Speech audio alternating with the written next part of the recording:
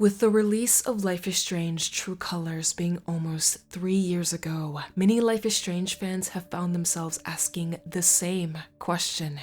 What does the future hold for the beloved franchise? And amidst Deck 9's silence, countless rumors, and speculation, what can we expect moving forward?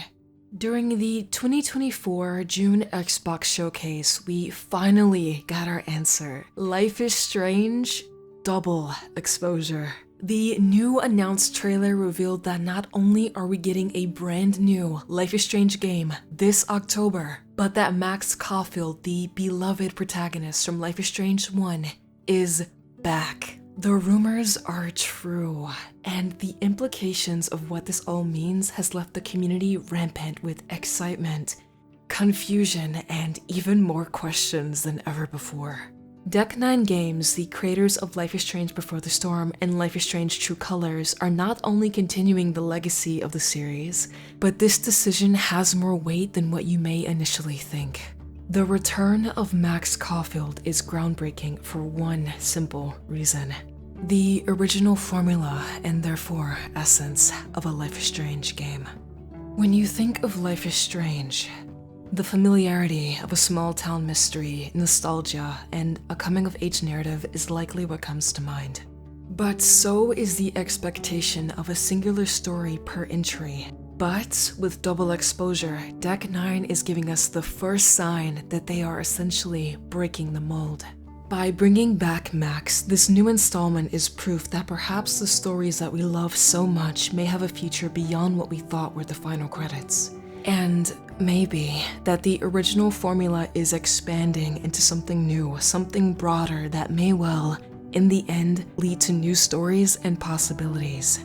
When we first met Max, she was a senior photography student at Blackwell Academy, a shy but ambitious artist with the power to rewind time. Players fell in love with Max's relatability and her story of love, loss, and, in the end, sacrifice. In Life is Strange 2, we got a glimpse of what became of Max and the remnants of Arcadia Bay when talking with David and exploring his trailer in episode 5. They look cool. I wonder which one is his daughter. These details were just enough to give players closure on Max's chapter, and that was the last we saw of her until now. In Double Exposure, Max is a photographer at Keldon University. She hasn't used her rewind powers in years, but when she finds Safi, her close friend, murdered in the snow, she tries to rewind time to save her, only to discover that she can now jump between 2 timelines. Safi's murderer is on the run in both realities, and Max knows that it's only a matter of time before they strike again. By gaining allies and finding clues across 2 versions of reality, Max believes that she can still save Safi. And from what we've seen so far in the announcement trailer, I can't help but be reminded of her willingness to quite literally tear time apart for Chloe Price.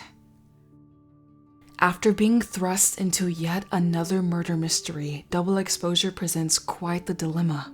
Will Max be able to make the tough calls? Will the evidence be enough? And most importantly, will she survive to tell the tale? Max's appearance and her purpose in Double Exposure is proof that perhaps the future of Life is Strange isn't as streamlined as we thought. Max is back, and it seems that the past is catching up to her. After the events of Life is Strange 1, is she willing to break reality all over again? And if so, at what cost? It is still early and details are scarce, but I do want to express my thoughts. Seeing Max again made me absolutely lose it. I was screaming at my screen.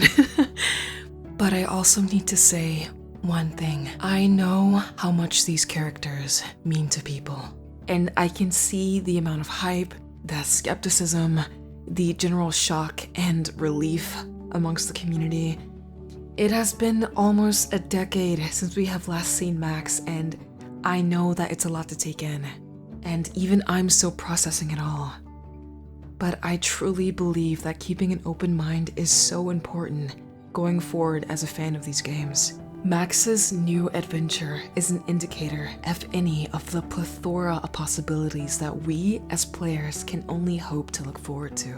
If there's one thing that I hope for this new game, is that by making the decision to bring Max back, it does justice to the original narrative, while being willing to make bold choices.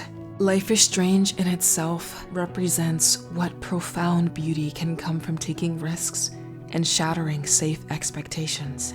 With Life is Strange Double Exposure, Deck 9 has the opportunity to not only just break the mold, to do something incredible with this series, but craft a story that reminds us of those roots and why Max's return means so much to so many of us. I cannot wait to see Max again. I can't wait to see how much she's changed. Or maybe not changed. Maybe she's still walking around saying wowzer, I don't know. But the most important takeaway that I've gathered thus far is that the dedication of the community remains. While Deck 9's decision completely shatters past notions, this is the first time in years, perhaps even since the 2010s, that I've seen the Life is Strange community so excited about something. Life is Strange Double Exposure is coming. Max's story continues, and although it's unclear which direction the story is going to take, Max Caulfield and what her return could potentially mean for future stories in the Life is Strange universe is a win in my book. I want to see this series thrive, and although shocking, and although unexpected, you can't deny that bringing back Max is indeed a bold choice. Okay, now to the fun part. Life is Strange Double Exposure releases on October 29th, but is available for pre-order on all platforms, and it's coming to Switch for all you Nintendo people out there. There you go. And similar to True Colors, there is a Standard, Deluxe, and Ultimate Edition. And let's go over what each edition has in it. The Standard Edition provides the game.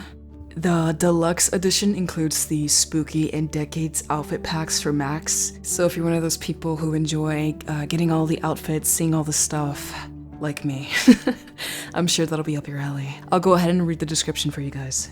Dial up the shivers and indulge your ghost hunting, monster wrangling passions with these outfits perfect for Halloween or for witching hours all year round. This pack contains the Just Haunted coat and 4 indoor outfits: Maxidermy, Ragdoll Max, Max Caulfield, and Max Lantern. Cute. Confront the inexorable passage of time and celebrate your colorful past with iconic outfits that pay homage to 90s grunge, 50s rockabilly, 70s flower power, the 80s mall rat, and 60s psychedelia. Each outfit pack lets you change up Max's look with 4 new indoor outfits and a coat, with 1 new indoor outfit available for Max to wear in each chapter of the story. You can change Max's outfit pack at the dresser in her apartment and at the start of every new chapter.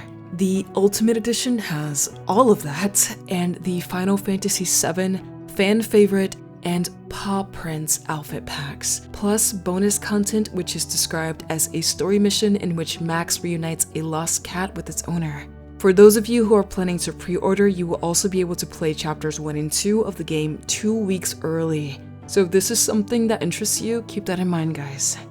Also, I just want to say that although it sounds nice, and it is nice for those of you who plan to pre-order, but I know not everyone pre-orders, and 2 weeks is quite a bit of time for people to be having their hands on this game.